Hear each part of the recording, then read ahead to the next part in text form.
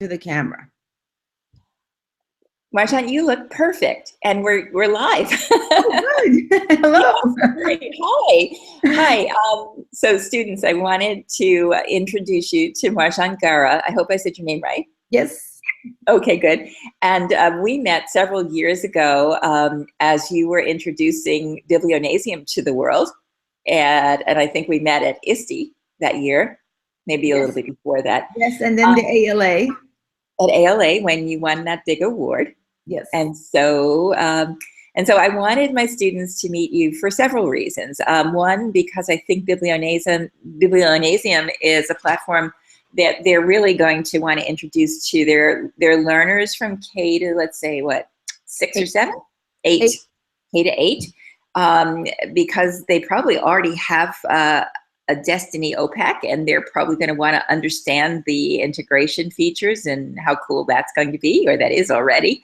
And I also would love for them to understand that we're part of the same community, librarians and developers and folks who care about kiddos in general.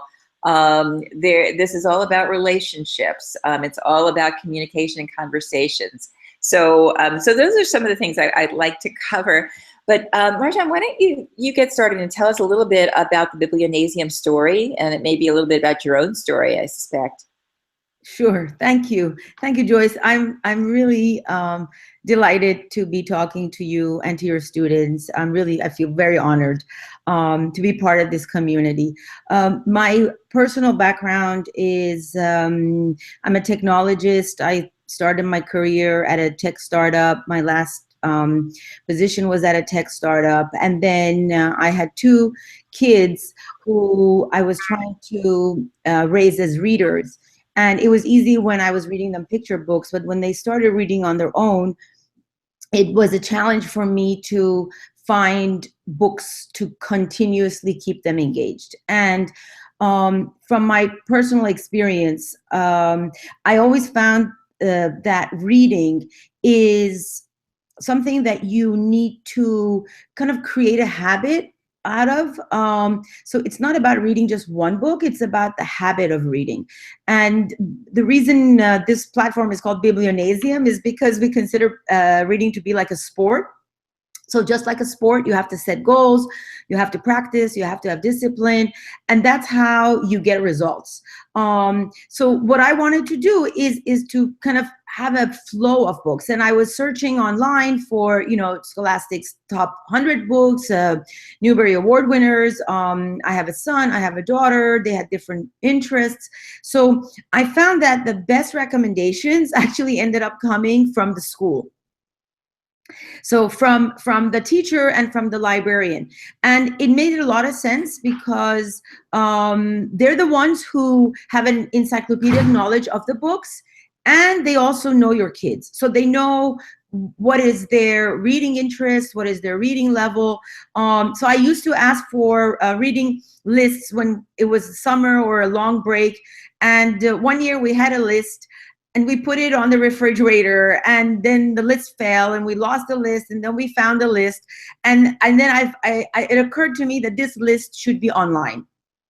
This should be a digital list, so that I can access it when I'm at a bookstore. And well, that was 5 years ago. There were still bookstores, but anyway, so I really set out to connect myself to the librarian as a parent, so that I could be in communication with them, so that we could both support my kids' reading. And it was my children who found that when I was thinking of doing this, that came to me and said, "But Mom, we get book recommendations from our friends." And that's when I had this aha moment that there's 3 constituents that influence what kids read. And that's their friends, their educators, and their parents. And it's in that order. And so it was the beginning of social networks, and there was Goodreads already, which was very popular with adults. So I kind of modeled it around Goodreads, but the intention was really originally to connect myself to the librarian and to the teacher. And then what happened was along the way, we got discovered by wonderful librarians like you guys, and who recognize that there is a lot more, and it's to this platform, and it can be used really as a resource in the library. And so when we got contacted by librarians, we kind of pivoted the platform. So now, instead of it being a parent resource, it's really a school resource. And parents also have a connection. Great. And you know what I think is so powerful? So much of what you just said is so powerful. It's a great story. And I think that people didn't really recognize, or maybe we recognized and really didn't, in the kindest way, exploit it, that reading is a social activity. When you read something you love, you want to talk to other people about it, don't you? That's right. I mean, it happened naturally. And what was going on was that the kids were talking on the playground. Like, maybe, my daughter especially had a couple of friends who were big readers, and they would mention the book. I would say, okay, well, then go ask your friends for a recommendation. And they would talk about the books on the playground, but by the time she got home, she didn't always remember the title. And it's always like, I know it's blue, and I know there's a dog on the cover. and there are so many new ways to search to do that now. But it is, yeah. So and then it's the a librarians. I'm sorry. The librarians are also social. I have an echo. I don't know if you're hearing it as well. Yeah, I should be, because we're going back and forth so much, I stopped muting, but I should mute while you're talking. That's the problem. I see. Okay. So should I mute while you're talking?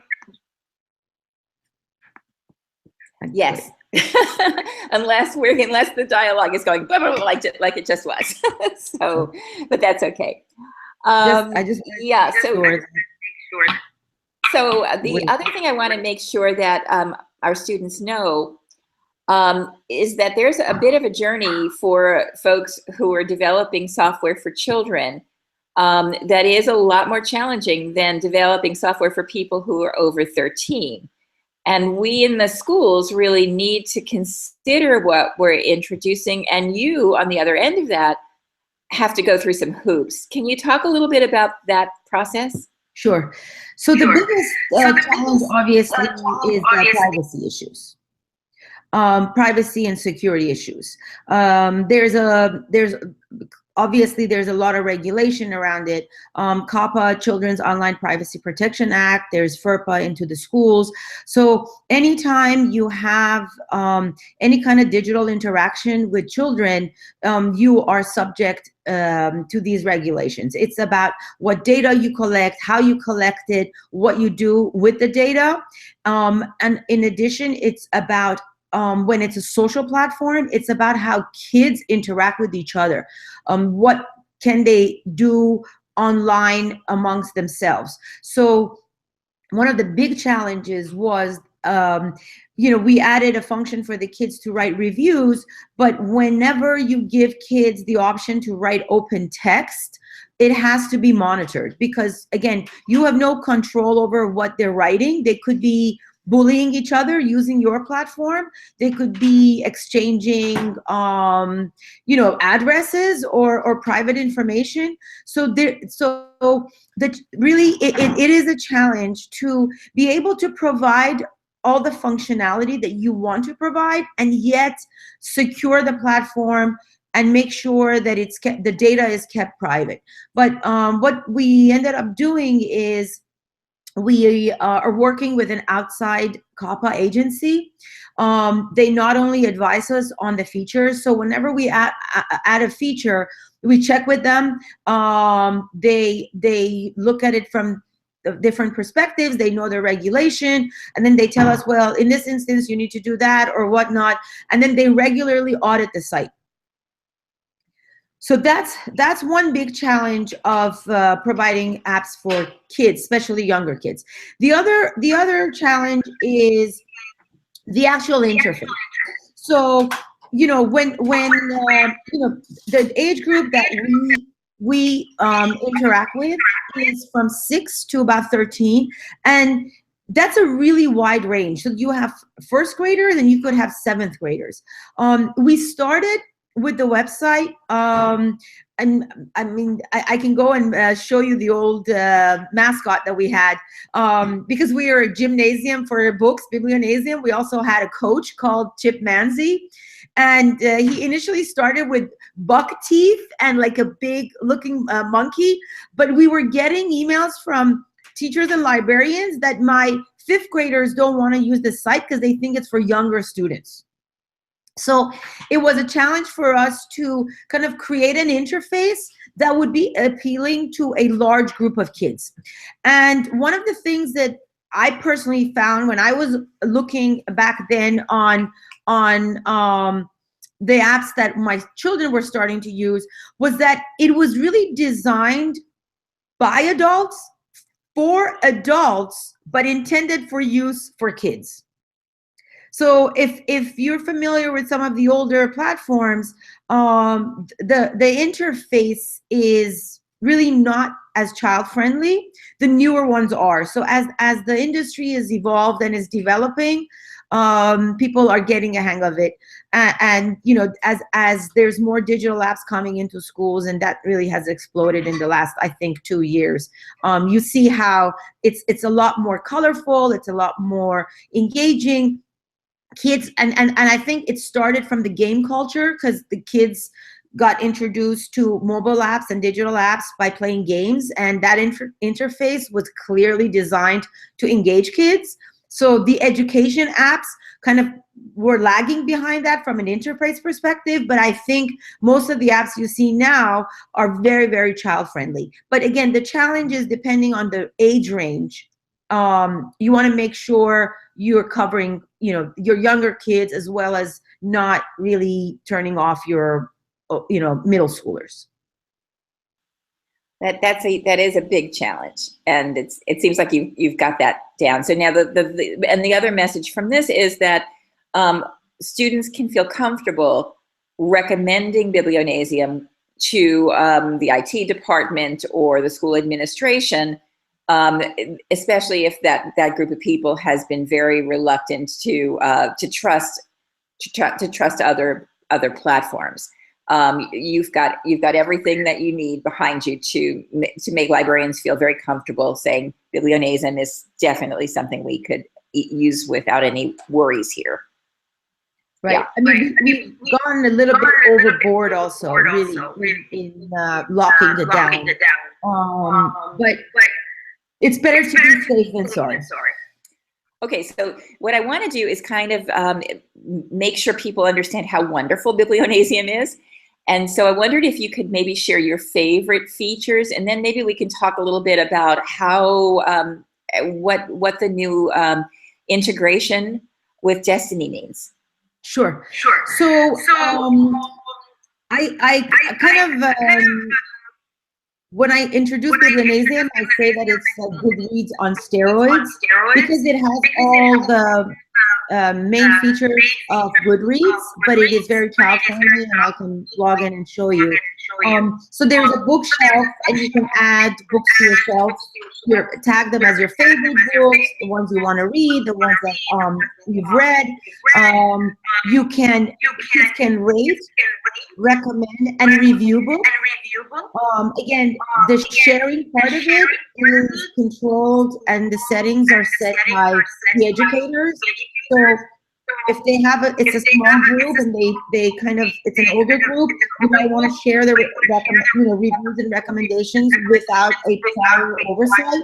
When it's younger kids, then you can have a setting that you get notified when you're putting reviews, so that there is a pair of eyes that see it before it's actually published with the rest of the group. But what becomes really powerful is the recommendations. So as the kids read the books and they log the books, it's just very simple. They can click on a title. They see a list of their classmates. They can recommend a book to a group of kids or all kids. So, if I in particular like sports books, and I know my 3 friends like sports books, I can recommend it to those 3 individuals. Their icons are there. I just click and send it.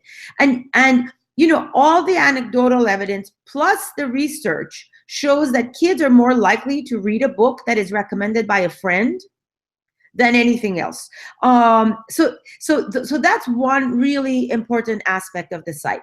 And then, we have a news feed where you see the activity from your community. So if somebody added a review, somebody added a book, somebody recommended a book, and it just there is a flow of information, and it's all about books, and you see the titles, you see the images, and it kind of reinforces it. So what we like to say, and what educators tell us, is that it fosters a culture of reading, and it reinforces it. So when you log in, you're not looking at 100 things, you're just looking at book titles. And we find that when one kid reads a great book and recommends it to 3 kids, and they read it, they end up recommending it to 9 kids. And then before you know it, it's like the whole grade has this book on their wish list. So it's really powerful when you let the kids themselves really engage each other. I love the notion of virality in terms of book recommendations. It's so exciting. Yes. So now, because this thing is living within the Destiny catalog, is it an add-on, or is it automatic? Is it extra? Do you pay extra for it?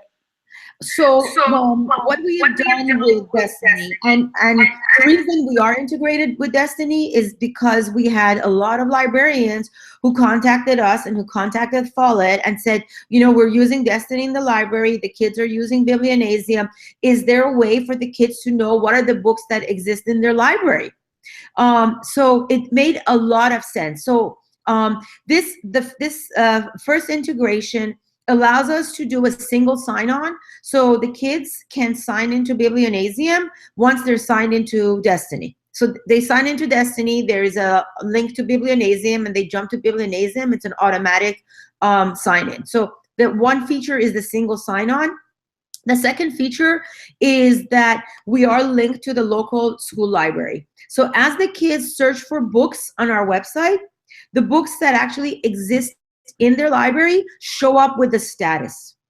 So you could potentially look for the biography of Abraham Lincoln, and you will get maybe 30 books as a result, 30 children's books. But from those 30 books, 5 of them may actually exist in your library, and you will see the status of those books. Now, the format of the book is irrelevant to this story. So it could be a print book, an ebook, or an audio book.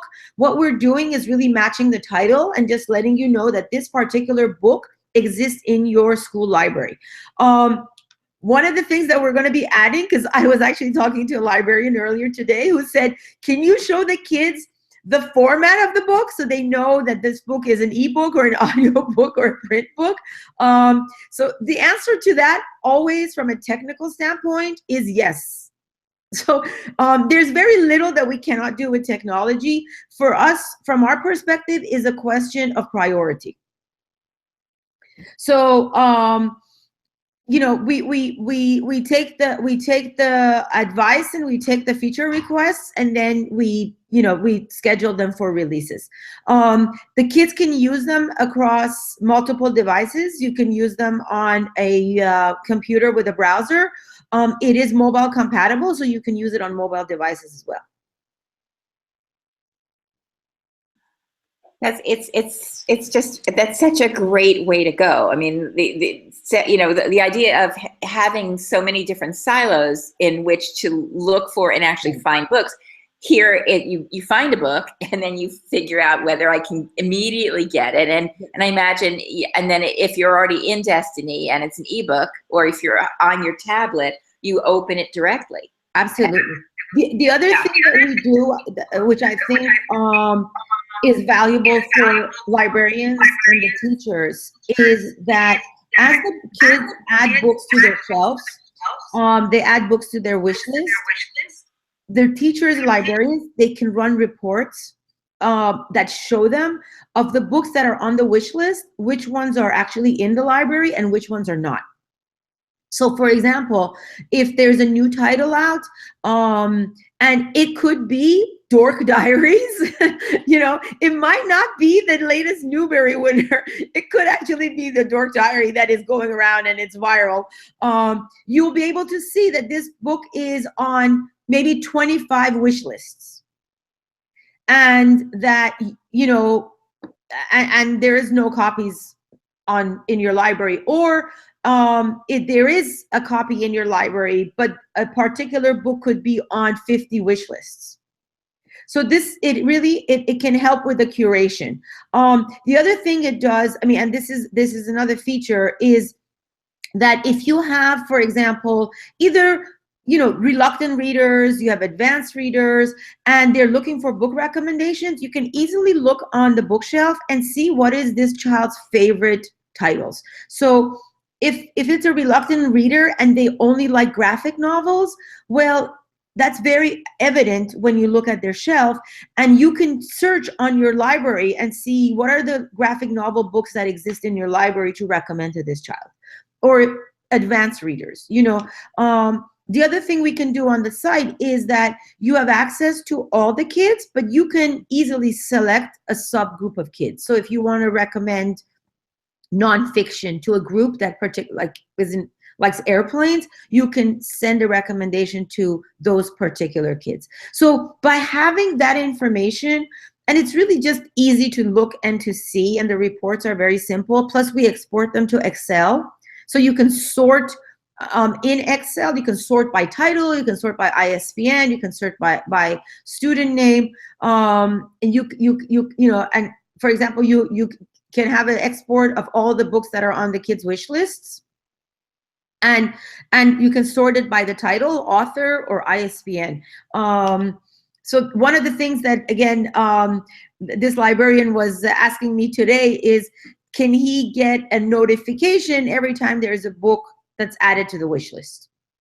So this is an example of a feature that we had it on the site, but we had to turn it off because we had so many librarians email us that they're getting bombarded with emails. So that just goes into the product side of doing product development. So we have to also balance, because the platform is used by so many people. What are the features that most would like to use? And the answer to that usually ends up being, well, why don't you give them a choice? You give them a choice if they want to see a wish list every time, they get an email every time, or they want to run the wish list report themselves. So that becomes the way the feature gets developed, because some people want it this way, some people want it another way. But again, from a technology standpoint, there's very little that we cannot deliver. It's just really always a question of prioritizing it, and what do you get the biggest bang for the resource that you're putting on it. Now, and you asked me a question earlier about the integration with Destiny.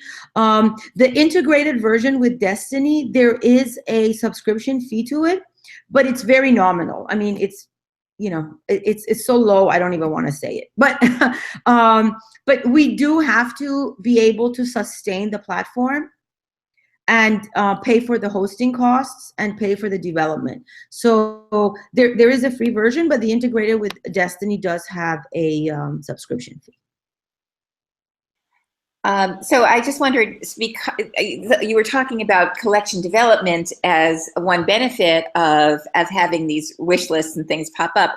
And so I'm wondering, this kind of symbiotic relationship, does this connect to Destiny's Tidal Wave, so you can order the books directly from your Tidal Wave? Not yet. If I were Follett, I'd be thinking about that for sure. No, we definitely thought about it, and we're thinking about it. No, it makes a lot of sense. It makes a lot of sense. So I was just thinking about how amazing, as a librarian, one of the things we try to do is to really figure out who these individual kiddos are, and to understand, and to before they even ask us for something, to be able to run to them and say, this book just came in, you are going to love it. Or I used to create little stacks when I was, in the library where I had only physical books, and I put a kid's name on it. When they walked in, they saw a stack of books with their name on it out of the new box. It was such a magical experience. And this is creating that kind of magic, that personal relationship, which is so important, and what we want children to see in their libraries, and the person who is the library for them. Just one quick story. You maybe know Pam Allen, who's the CEO of Lit World.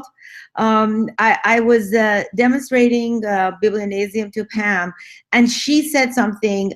It's I can't quote her directly, but one of the things she said she loves about Biblionasium is that it tracks the literary journey of a child. So, when you go to affluent people's homes, most of their kids have a bookshelf in their rooms. And that's because there's a connection between you and the books. I mean, you see them, but as the books are now going to digital, and there's millions of kids who don't have books in their home, but now they have a virtual bookshelf. And this bookshelf has a record of all the books they have read, and it's their personal, as Pam said, journey of their literary journey. So I loved it when she said it, and I like to quote it because I think that is also very powerful for the kids to keep a connection with the books. I love that. I want to respect your time, so I don't want to keep you very long, but I just wonder, what is the reaction to Biblionasium? Or what are kids, teachers, librarians saying? Do you have any good stories? Well, the best story I can tell you is that we have done $0 marketing. I mean, all our success, all the users that we have, and we have over now 500,000 kids that have been registered on the site. It's really word of mouth from one educator to another educator. I have to say, being on the ALA Best Websites for Teaching and Learning was obviously instrumental in creating really a connection and a dialogue with librarians. And we've had a conversation about this. Again, I built this platform to really connect myself as a parent to the school, and it's evolved into something else, and it really has been based on the feedback that we've been getting from the community of librarians who've been using it and embracing it and using it in their schools and giving us feedback. That's where the success comes from. It's because we're not developing this in a vacuum. We're developing it based on how people are using it. So the other thing I would say is that because we are a digital platform, our early adopters are digitally engaged. And so we connect with them digitally online through, Twitter and blog posts and Facebook. And that's why, we've had such great adoption. We're not doing any traditional marketing. Now, you mentioned that you were collecting, you mentioned to me offline that you were collecting tweets from folks who are responding to Biblionasium. Do you have any handy? Could you share any? Sure. I'd love to. By the way, I just want to tell the audience that I look down because your image is on the lower part of my screen. That's okay. I look at the camera because maybe that's the way it should be. So I'm like going back and forth between looking at you and looking at the camera. So I'm not driving your. No, I don't think so. I think it'll be fine. I think everybody's dealing with the same thing. I was saying, as you're pulling this up, one of the readings we're going to do early in the course is the Clue Train Manifesto, which has to do with business, but I think it's applicable to our work as well. Things have changed. Everything is now a conversation. It's no longer a transaction. Yes. So I think Whoa, that looks something interesting. wrong here. I was Oh going to no. share my screen, but it shared the video screen. Let me see. Oh, it's Okay, try it again. yes. Okay. So can you see the screen? There's a bit of a delay. Now I can. Yes. Perfect. Okay. So, you've got John Shu, and he's teaching a course for us this summer. Yes. And you've got Pernille. Tweeted a long time ago that I spy 8 kids on Bibliomasium and school doesn't start for 30 minutes. And I hear them discussing the books. And I see a retweet of Pernille Rip or a quote of her that I love that. My boys are loving at Biblionasium too. Reluctant reader guys. I recommend one book to everyone. I'll do more though tonight though. Oh, fabulous. Yeah, so they're really, this is one of the things that you mentioned that I think I just want to amplify is that we are learning about products like yours or platforms like yours through these shares, through the hashtags that we use. And notice that TL Chat and Title Talk are on these things. These are the ones that you follow to just find out what's new, and you actually would combine these. And when you discover something that you love, like Biblionasium, I'm hoping you students will share that love and tweet out and let Marjan see what you're thinking and how you're using the Biblionasium platform. Absolutely. Yeah. We love the feedback, and it really helps us advance the platform. And it's such an immediate connection. Right. It's hard to email somebody who's very busy, but here you are putting it out there. I'm sure you're following the hashtags and your at sign on a fairly regular basis, and seeing what the conversation is around your platform. At least I would imagine you are. Yes, I'm having a bit of an echo on here, Joyce. Okay, that's because we both have our mics on now. Right. I have to. I'm gonna ask you for some last words. What you want librarians to know about developers, Biblionasium, or anything that you think would be a really important takeaway for these pre-service librarians while I mute. Sure. Well, as I've been saying all along this conversation, is that our platform really has been developed based on the feedback we've been getting from our partners. We use the feedback in 2 ways. One is they write to us and ask for specific features, or they use it one way and they think of some other way to use it. We're finding that the same feature is used in many different ways by different educators, and that's fabulous because we might have thought about one way, but people come up with another way. I mean, we have 4 or 5 different ways you can set up reading challenges on the website.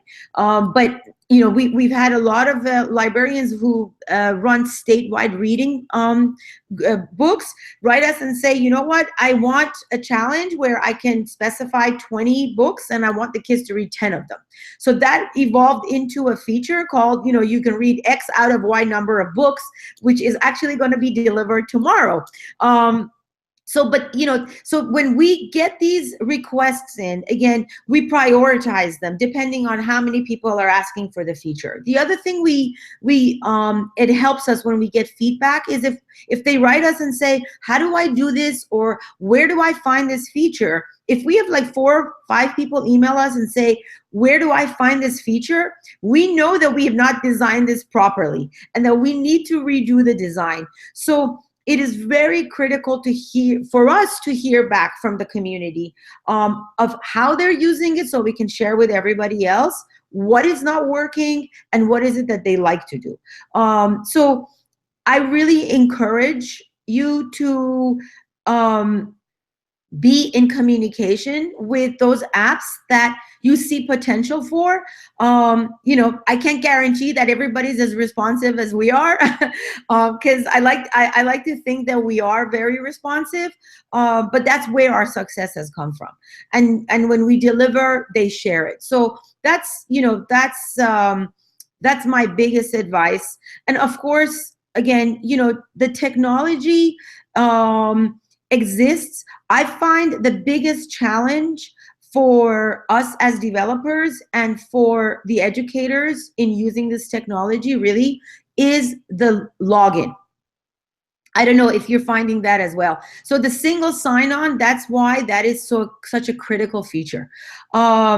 It's you know, teachers have to manage multiple IDs, multiple passwords. What do you do from one year to the other year? You know, it is a challenge for us as well. I mean, we've spent a lot of time trying to figure that out. And that has nothing to do with really how we support reading. It's just administrative. So that I know is a big challenge for you educators. And I just want you to know that it is a challenge for us as developers as well. And until we have one standard that we can all use, we're all just going to have to be really patient with each other. So that has really been our biggest challenge, is how to onboard the schools with the kids' IDs, passwords, and groups, and kind of maintain that from year to year. Okay, well, thank you. I think it was great to see a little bit under the hood at a product that we love, a platform that we love very much already. And I hope that these new librarians will spread the word. And Marjan, I really thank you so much for your time. I have a feeling you'll be hearing from my students. I honestly do. I really appreciate that you engage with us. You know, and you know, I have so much respect for you guys because you are on the ground, you know, dealing with the kids, which takes a lot more patience than writing code. So it's just that the more that we partner, the more successful we both can be in the same interest, in the same mission that we have, which is really to raise readers. And it's so key. It is so key. You know, wherever I go, and people tell me, "Oh, how did you come across this?" And I say, "Well, I wanted my kids to become readers because it just intuitively sounded good to have readers." But the more I have learned, the more I have been involved on the ed tech sector, it is so obvious that when you're not reading at level by 4th grade, you are doing remedial work going forward. So all this industry, they should be focusing on early childhood reading, because then they can spend more, they don't need to create all these remedial stuff, you know. And the second thing, and obviously this is in the interest of independent reading, is that everybody gets classroom reading, but it's the reading you're doing outside of the classroom, you know, at night, at home, on the weekends, in the summer. That's the reading that is really going to improve your vocabulary, comprehension, reading. And that is the independent reading. That is what librarians are doing in order to get the kids to advance. And so we are really proud to be a partner in that, with you on the ground and us in virtual space.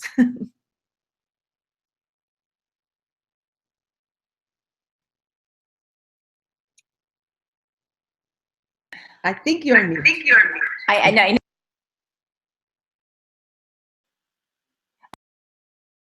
Oh, now I'm unmuted. Sorry about that. I'll cut some of these little sections. But thank you. That was an absolutely perfect way to end, and it echoes the research that we've heard on free voluntary reading. It is so important. And think of the difference you're making in our world. Thank you. So I will stop the broadcast now.